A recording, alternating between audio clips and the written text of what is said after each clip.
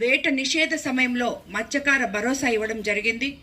అదేవిధంగా స్కూళ్ళు ఎప్పుడైతే ఓపెన్ చేశారో ఆ టైంకంతా మనం ఏదైతే ఎలక్షన్ ముందు ఒక బిడ్డుంటే ఒకరికి, ఇద్దరుంటే ఇద్దరికి, ముగ్గురుంటే ముగ్గురికి ఇస్తామని 15,000 లెక్కని చెప్పామో ఈరోజు అక్షరాల తల్లికి వందనం మొన్న జూన్ 12వ తేదీ మనం ఇవ్వడం జరిగింది.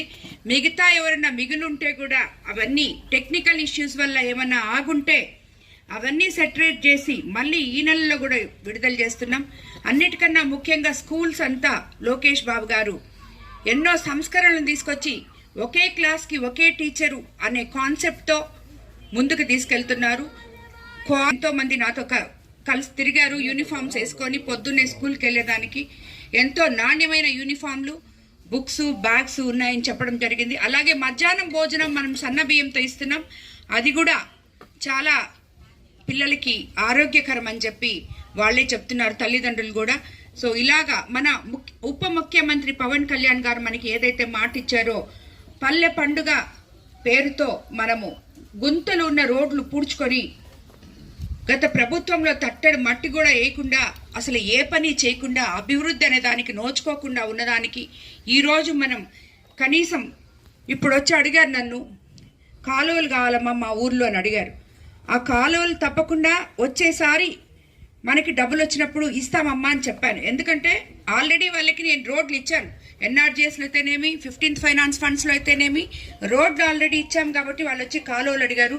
కాలువలు కూడా చేపిస్తామని చెప్పడం జరిగింది. ఇలాగా రోడ్లు చేశాము, కాలువలు చేస్తాము అనే పదము గత 5 సంవత్సరాల్లో ఎప్పుడు ఎవరు కూడా ఇనలేదు గత ప్రభుత్వంలో. ఈరోజు ప్రజలు ఎంతో సంతోషంగా ఉన్నారు.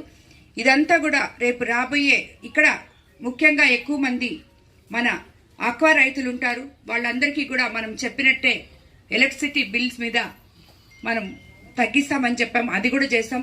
ఈరోజు రైతులకందరికీ వచ్చే నెలలో అన్నదాత సుఖీభవ పడబోతుంది. అదేవిధంగా మొదటిసారి పంటని మనం అందరం 24 గంటల్లో ప్రభుత్వానికి కొలిసి అమ్మాలీలతో సహా డబ్బులు మన అకౌంట్లలో జమ చేసిన మొట్టమొదటి ప్రభుత్వం. వీటన్నిటికన్నా ముఖ్యంగా రాబోయే రోజుల్లో ఆగస్టు 15వ తేదీ ఉచిత బస్సు మహిళలకు ఇవ్వబోతున్నాం. అదే రోజు ఉచిత బస్సు వేసిన రోజే ఆటో వర్కర్స్ యూనియన్స్ కూడా మనం ఏదైతే ప్రామిస్ చేస్తామో అదంతా కూడా ఇవ్వబోతున్నాం.